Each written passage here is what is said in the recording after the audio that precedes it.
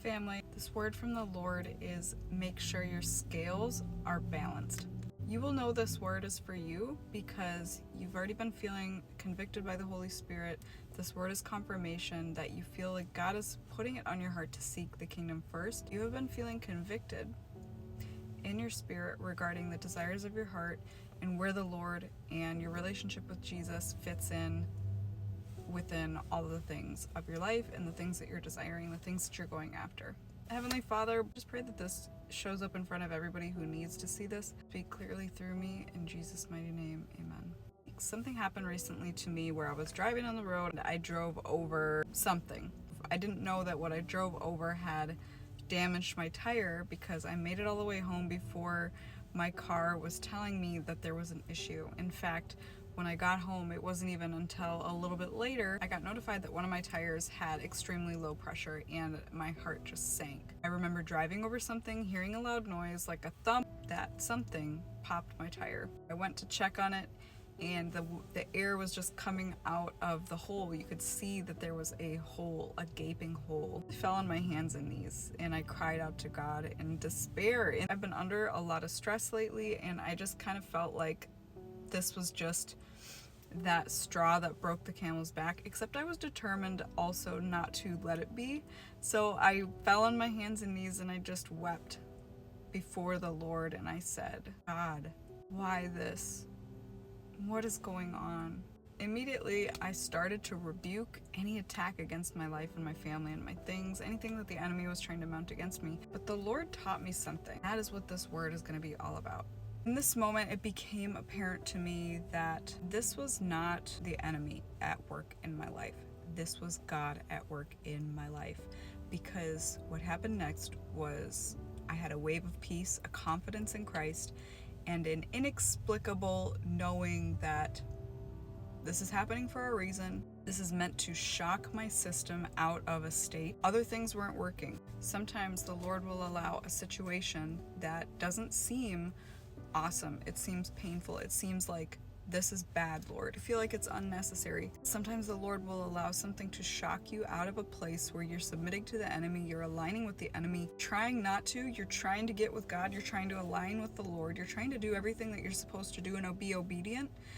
But something in your programming, your nervous system just can't get there from the place that you are in existence. Something needs to shock you out. In the ICU, there's certain heart rhythms. We'll try everything. We'll try all of the non-invasive, friendlier, more desirable methods to get somebody out of a lethal heart rhythm. But then they start becoming what we call symptomatic.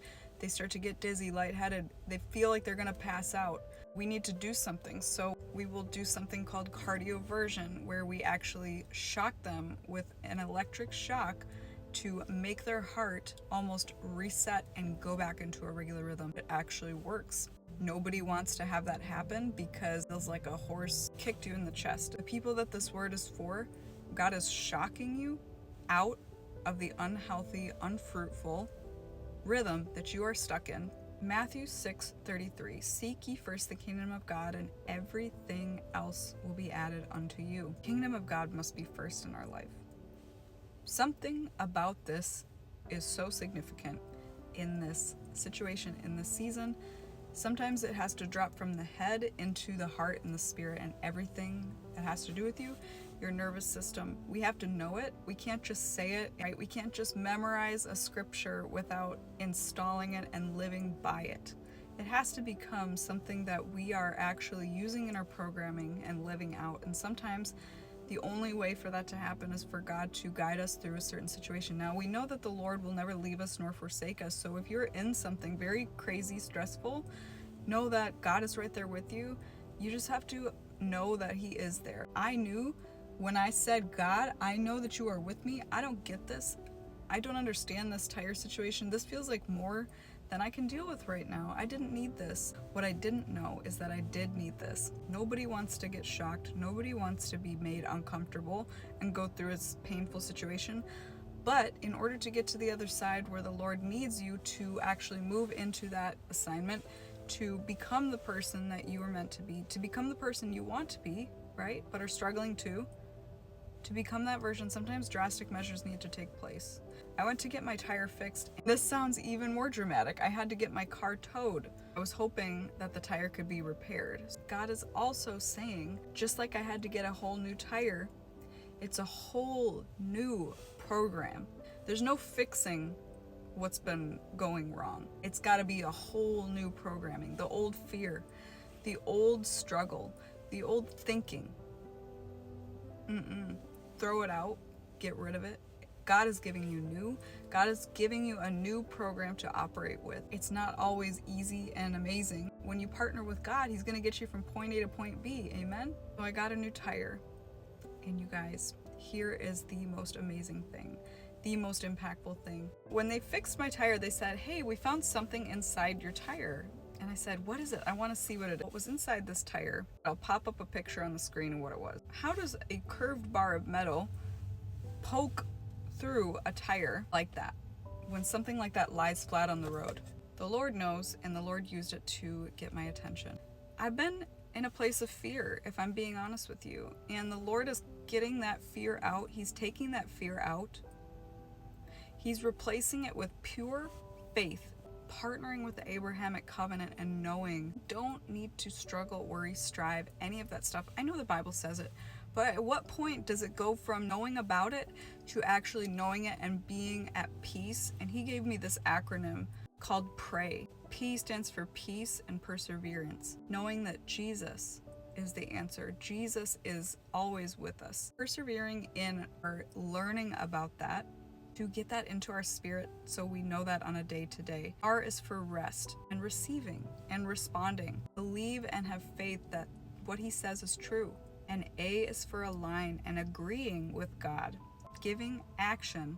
When we're in fear or fight or flight, it's really hard to take an action that's not a response or a reaction to fear. Take action in alignment with God is critical here. Y is for yield, surrendering, and your yes. Where we are confessing the word of God, we are partnering with it. We are saying yes to God. We are saying, I believe you, Lord. I believe everything that you said in your Bible.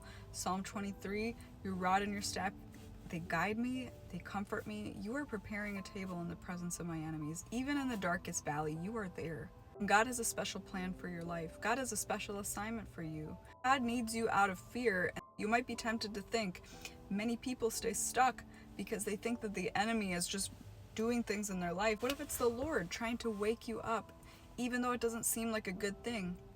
A good father wants to see you see this through. He wants you to succeed. He wants you to win. He wants you to grow into that person that can hold the thing that you're praying for. Marriage, the career, the level of financial responsibility. If we have a fear mindset and a reaction mindset and we live in fight or flight, it's not a programming from the Lord. The Lord is getting rid of that in me and giving me a new mantle. He is giving you that peace mantle.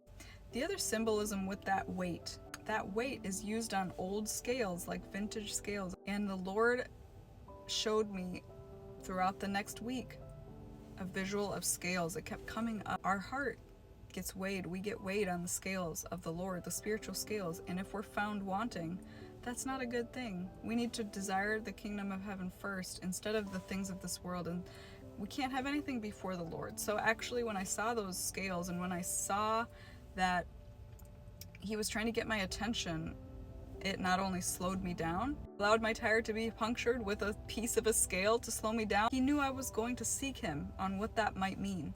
When He puts my heart on the scale, my actions, they have to show that I'm putting the kingdom first. Nothing matters before your kingdom. I know everything else will be added unto me, but Lord, I choose you first. With Christ, we can do all things. We can do hard things. He's rebalancing you.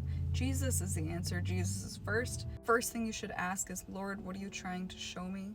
Just repent before the Lord and say, God, if I've done anything to get distracted from you or to be in fear and not faith, Lord, I just repent from that. Let me just pray over your nervous system right now. Heavenly Father, I just pray over every single person's nervous system who is watching.